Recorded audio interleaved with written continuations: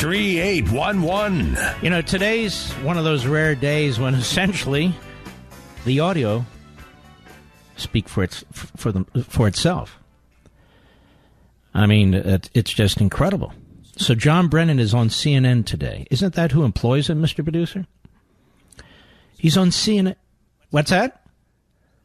He does his first interview with CNN with somebody named Brooke Baldwin. And true to form with the CNN hosts in the negative IQ category. Nobody's as low as Brian Stelter, but that's quite a low bar. Here's John Brennan on CNN today. Cut 5, go. Do you think this is a total stunt? Now that is a pressing journalistic question. We call that a leading question, and then we flop a question mark after it. This is a total stunt. Now, then you change your... Do you think this is a total stunt? Wow, she's clever. Go ahead. Do you think this is a total stunt? Well, yeah, I do. I mean, it seems they're kind of making up the criterion as they go here on a base, you know, on a very individual. By the way, let's stop. This sounds to me like Clapper, not Brennan. But go ahead. And as Jim discussed, to the extent that we have anything to offer, it has more to do with our past experience, not insight and access to current intelligence. At least for my part, I haven't had any access to intelligence since I left the government on the 20th of January of 2017. Actually, you haven't had any intelligence for decades, Mr. Clapper. That sounds like Clapper to me, Rich. Yeah, it's all right. So it's a stunt. Then what are they worried about? It's just a stunt. The guy says, I don't even need my clearance because I don't get information. I just give advice. Well, then. And your advice is what? To lie to Congress under oath? Let us continue with cut 6. Go ahead. The larger issue here, to me, has been infringement on First Amendment rights. So here's my question. How do you become Director of National Intelligence like James Jimmy Clapper and not have any comprehension of what the First Amendment says? Nobody's interfering with Mr. Clapper's free speech rights. He's on CNN. He's talking right now. Is anybody stopping him? No. You don't have a right to a security clearance. I had to give mine up when I left the Reagan administration. I had a top security clearance. I was chief of staff to the Attorney General of the United States. I knew who we were wiretapping in most instances. I knew everything. Well, not everything. Everything I was told. Some of the FISA warrants. Some of the probation, parole requests. That is, pardoning requests. Some of the ongoing intelligence investigations involving the FBI and so on. You don't get to walk out the door and say, you know what, I want to keep my my classification and so forth. Nobody stopped me from talking. I don't have it. Anyone stop you folks from talking? No. So this just shows you how imbecilic this guy is. Go ahead. People ought to think seriously about that. How do you mean specifically on First Amendment rights when it comes to security clearances? Infringement of our right to speak. No. You don't. You can speak. Who's stopping you from being stupid? Nobody. You can speak all you want. Brennan can make an ass of himself all he wants. Nobody stopped Comey out there. He's running around. He even has a security clearance. That needs to be pulled. The man's a liar. He's a leaker. And he absconded with government documents. You can't get a security clearance and keep one for sure, especially when you're out of the government, when you conduct yourself this way. We're talking here about conduct. Conduct. Go ahead. Apparently, the appropriateness of being critical of this president, which in one degree or another, all of us have been. I thought the mention of... Now, let's stop it. There's a lot of people who are critical of this president. A lot of people who are critical of this president. They all don't have security clearances, so there's no First Amendment issue here. Go ahead.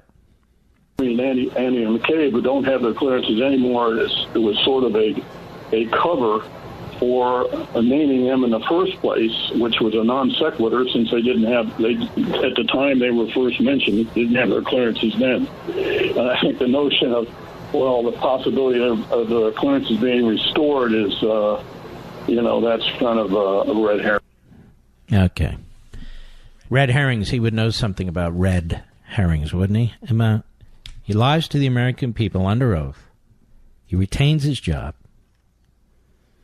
Look at the miscreants and malcontents that Obama put around him, these individuals, and compare them to the people Trump has put around. And Obama's talked about like this great manager, this great president. Look at the people he had around him.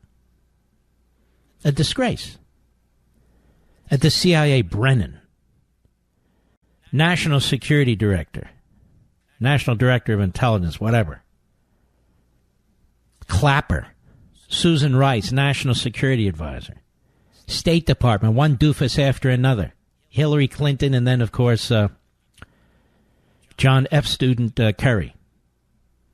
Just look, they're not even close to comparable. This is a battle worth fighting. It gets this whole Omarosa thing off TV. She's a buffoon. The media are buffoonish. They keep pressing this stuff. Gets it all off, I'm surprised they haven't figured out how to call Trump a racist through all this. Matter of fact, Mr. Producer, I think every one of these people is white. They're all white, aren't they? I think they are. Let's see here. Clapper, white. Brennan, white. Comey, white. Stroke, white. They're all white.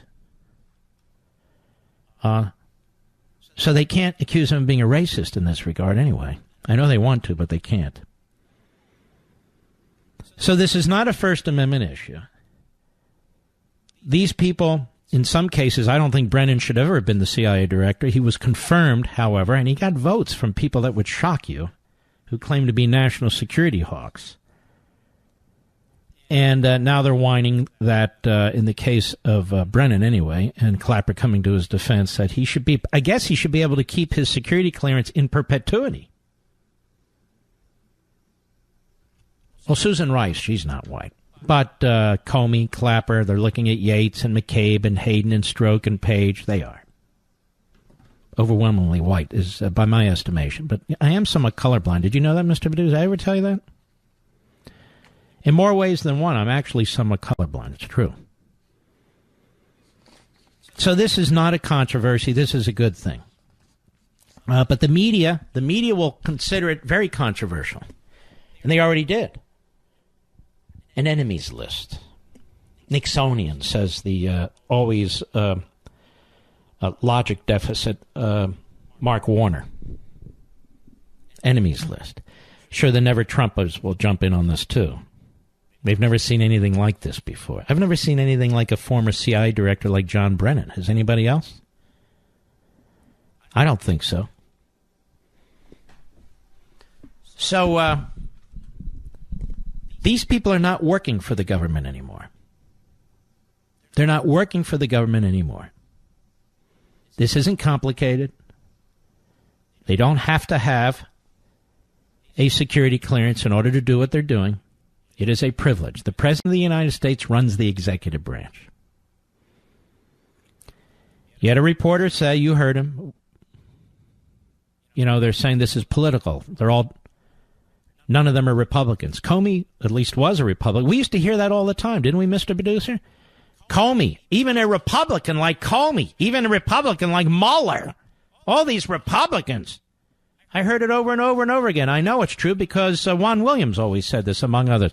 Oh, he's a Republican. This Comey's a Republican, and even he doesn't like Trump. And that one's a Republican. And now the president.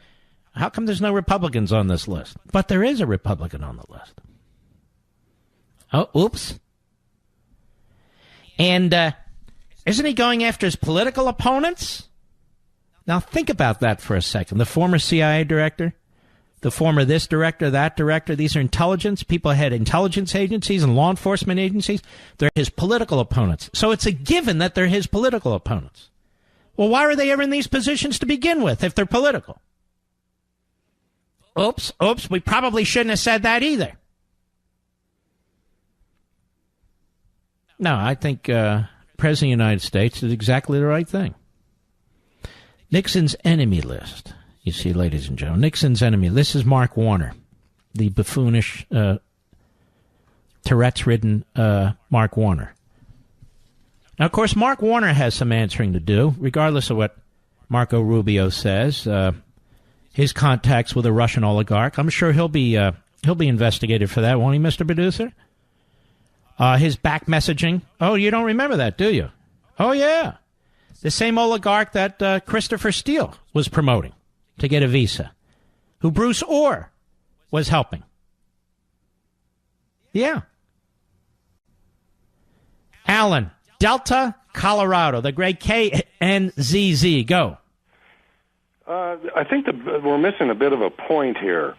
I'm a Tonkin Gulf Yacht Club member, so I go back to 1968 when I was granted a security clearance. Now, it was only a confidential level because I had access to nuclear information, nuclear power information, power for the ship, of course. So it was a very low level. But we learned from the very beginning that any kind of a clearance, no matter what it was based on a need to know. Now, I don't understand why Brennan, Comey, Clapper et al., I don't understand why they have any need to know at this point. And that should be the argument. It's a great point. It's a very good point. And in their cases, they shouldn't know because they're irresponsible, don't you think? I would agree with you very much. But the basic need to know in their positions, their previous positions, yes, they did need to know.